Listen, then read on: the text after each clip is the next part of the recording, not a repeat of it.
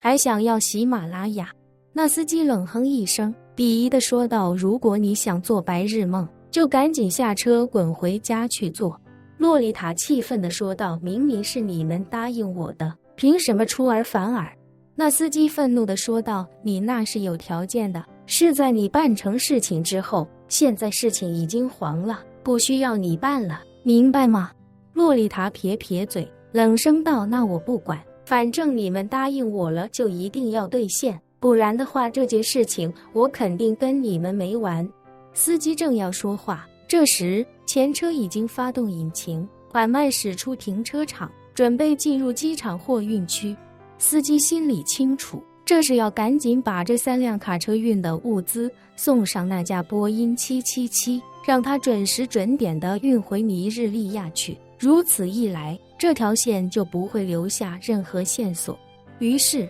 他便也发动汽车，随后对洛丽塔说道：“下车，不要耽误我做正事。”“我不下。”洛丽塔表情狰狞地说道：“让我下车？你怎么干？你知道我的身份是什么吗？想让我下车也可以，先告诉我什么时候把我的喜马拉雅给到我。”那司机怒不可遏地跳下卡车，绕到副驾驶门外，直接将门拉开，随后一把便像拎小鸡一样将洛丽塔从车里提了出来，随后粗暴地将她丢在地上，冷声道：“想要喜马拉雅就回去找你爸要，再多说一句废话，当心我今晚先废了你爸。”说罢，他不再理会洛丽塔，转身上了卡车，发动车辆离开了停车场。洛丽塔没想到对方竟然一下子变得如此凶恶，整个人也瞬间失去了先前的气势，吓得一句话也不敢说。他年纪还小，虽然被这个人道组织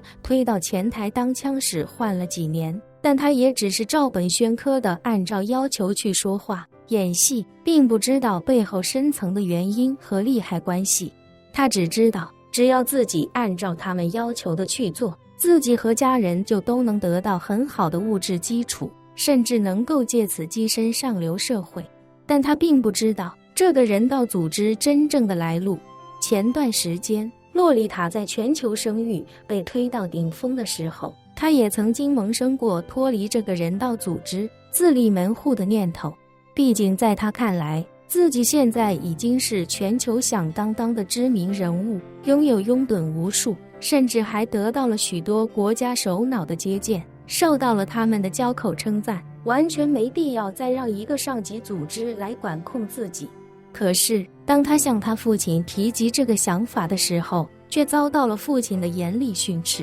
洛丽塔虽然心中不服，但也不敢直接跟父亲对着干。不过眼下自己遭遇了这么粗暴的对待，在他看来正是一个与对方决裂的好机会。于是他立刻掏出手机给爸爸打了一个电话。电话一接通，他便哭着说道：“爸，我要跟他们决裂，以后再也不要跟他们有任何关系。”他的父亲很是诧异地问道：“你说的他们是谁啊？发生什么事情了？”洛丽塔气愤地说道：“还不是你对接的那个人权组织，他们对我一点都不尊重，今天让我过来给他们站台，答应送我一个爱马仕的喜马拉雅手提包，结果又忽然毁约，把我从车上赶下来了。”说着，他委屈不已地继续道：“爸，从今天开始，我一定要跟这些人划清界限，从今以后我就是我想做什么跟他们都不再有任何关系。”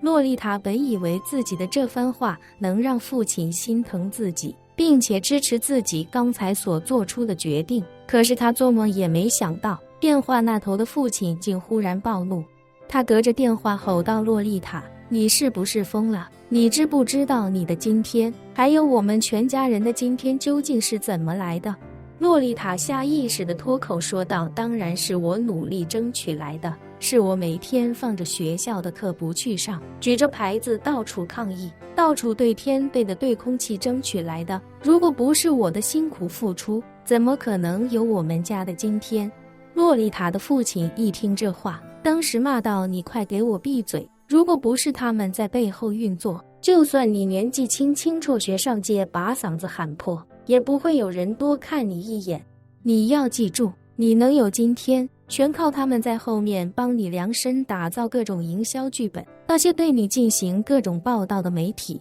也都是他们在暗中花钱运作，而且是他们与各国媒体深入合作，给你制定了一系列的抗议方向。不要忘了，就连你最出名的那句 "So 你怎么干"，都是他们的策划师为你量身打造的。否则的话，你以为光凭你跳出来叫唤2句，就能在全世界范围内名声鹊起？洛丽塔被父亲对得有些哑口无言，片刻后才回过神来，不满地说道：就算是他们把我捧起来的又怎么样呢？我现在已经是全球知名的环保人士了，我的影响力摆在这里，不再需要他们任何的帮助，也能创造大量的价值。洛丽塔的父亲气急败坏地骂道：你的脑子是不是有什么问题？你有没有想过，你当初被他们捧起来的时候，还只是一个10岁出头的小孩子，你像个提线木偶一样，完全遵照他们的指示。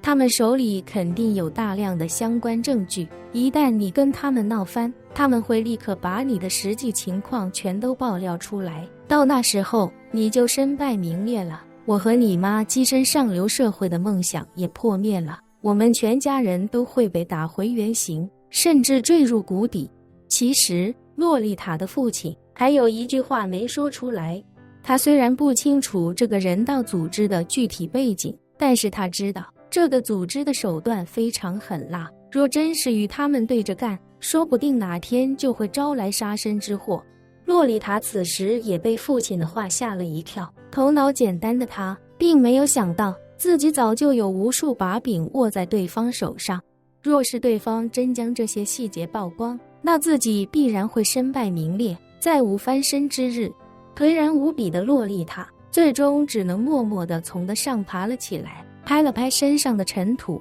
从口袋里掏出一个口罩，戴上之后踱步来到路边，招手拦下了一辆出租车。之所以要戴口罩，是因为他本身就一直在呼吁环保，甚至呼吁全世界的人们不要再开汽车。按照他在外界一直强调的观点，开车都是有罪的，更何况打车，要是被人抓到他打车，怕是要把他的脊梁骨戳烂。当洛丽塔郁闷地离开机场的时候，那批货物正在通过海关。由于这些货物没有任何异常，而且都是慈善物资，所以海关放行的速度也很快。于是那架波音777终于在预定的时间，装载着满满一飞机的货物返回了尼日利亚。与此同时，在这世界某座海岛之上，一座如大教堂般的石头建筑气势恢宏地耸立在海岛的山岩之上。而外界不知道的是，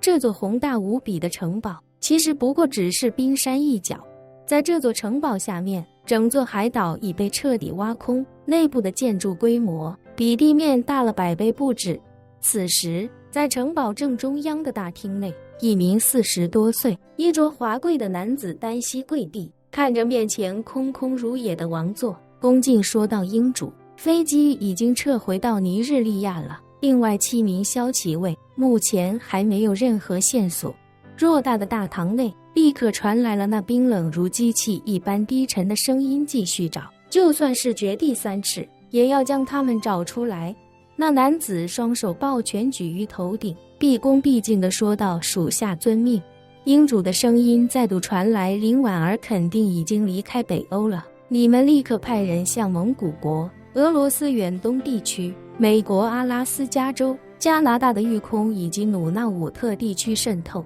这次他险些被抓，大概率会向这些地广人稀的国家和地区逃窜，说不定能来一个守株待兔。那男子微微一怔，有些紧张地说道：英主，属下有个问题，斗胆求您解答。英主淡淡道说。那男子忙道：英主，短时间内我们已经接连遭遇失败，纽约那次对安家的暗杀，我们如此精心布局，到头来派出的那么多死士一个都没回来，甚至连一具尸体都没找到。这次去北欧也是一样，8名骁骑卫都是个顶哥的高手，除了指挥是服毒身亡之外，其他人全都下落不明。您觉得这2个剑士背后会不会有什么联系？联系？英主冷冷问道：“你是觉得有人在暗中狙杀我们？”那男子道：“我也说不好，我只是觉得这2件事都太蹊跷了。这2件事我们都有确切情报，无论是安家还是林婉儿，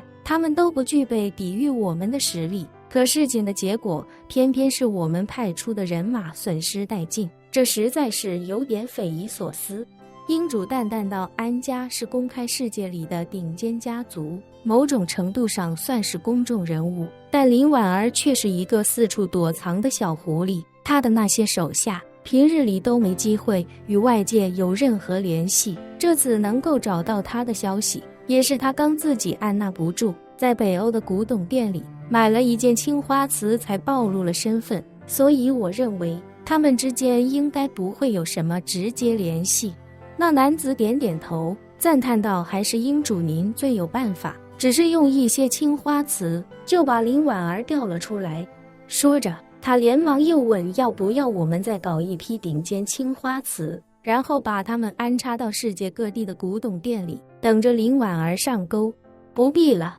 英主冷冷道，“林婉儿就是最狡猾的狐狸，绝不可能栽进同一个陷阱里2次，再好的青花瓷也不可能把它引出来了。”本期视频结束，欢迎订阅我的频道，这样就不会错过精彩内容。